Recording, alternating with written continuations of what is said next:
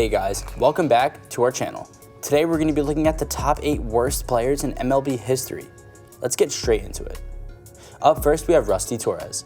Rusty Torres was an outfielder for 5 different teams in the 70s, and his career was probably most memorable for being on the field for 3 different forfeits, including the infamous 10-cent beer night brawl in Cleveland and the Disco Demolition Night tragedy in Chicago.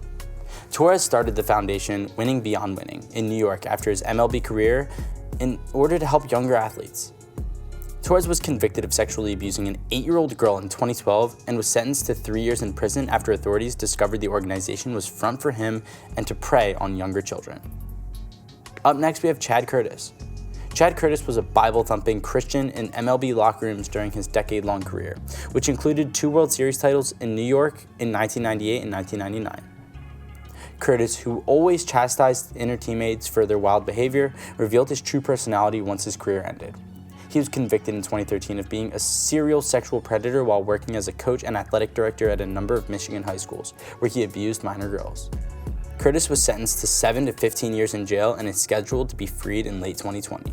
Up next we have Felipe Vasquez. Felipe Vasquez was a potential rookie pitcher in MLB in the late 2010s, making back-to-back All-Star teams in 2018 and 2019. His career came to an end though in September of 2019 after he was arrested for child pornography and sexual assault on a 13-year-old girl. Vasquez was sentenced to 3 years in jail in May of 2021 after being convicted on 15 counts stemming from his contact with a girl. In Missouri, he is still facing more child pornography and sexual assault allegations. Up next we have Farmer Weaver. Farmer Weaver was a very horrible person. During his MLB career, he was arrested at least twice for assaulting fans and sports writers. The worst was yet to come though. His wife unexpectedly left him in the early 1900s, moving from Kansas to Idaho to get away from him, citing a history of repeated violence and adultery. Weaver's heinous crimes were revealed to the world a few years later. He had been raping and impregnating his daughter, whom he and his wife had adopted when she was 9 years old. Weaver was convicted of rape and sentenced to 21 years in jail in 1912, but he only spent 2 years. He relocated to Ohio and spent the remainder of his life in obscurity working on the Goodyear Tire Company's production line. Up next we have Sam Crane.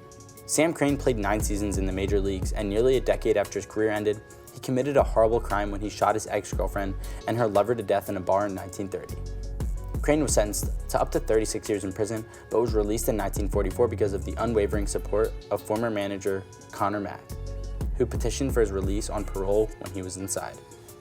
Up next we have Sergio Mitter.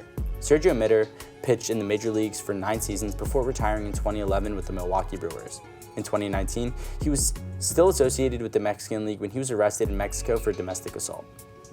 Mitter was arrested for marijuana possession in July of 2020, and 1 day later he was charged with the unspeakable murder of his girlfriend's 22-month-old daughter.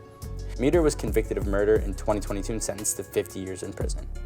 Up next we have Mel Hall. Mel Hall was a rangy outfielder who spent 14 seasons in the majors and was noted as much for being aloof as well as a bad teammate as he was for fielding and his hitting abilities. During his playing days, he began a heinous string of atrocities.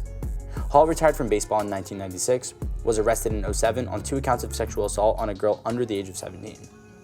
Soon after, another girl stood up and another count was added. One of the young ladies was only 12 years old. In 2009, Hall was found guilty on all courts and was sentenced to 45 years in prison. And finally, in the last spot, we have Jim Rivera. Over the years, there's been a strange type of whitewashing in Jim Rivera's misdeeds. In all likelihood, the 12-year MLB veteran and 1955 stolen base leader was a serial rapist. Rivera joined the Army in 1942 and was convicted of raping an officer's daughter in 1944, receiving a life sentence. He was arrested again in 1952 while playing for the White Sox, but the accusations were ultimately dropped.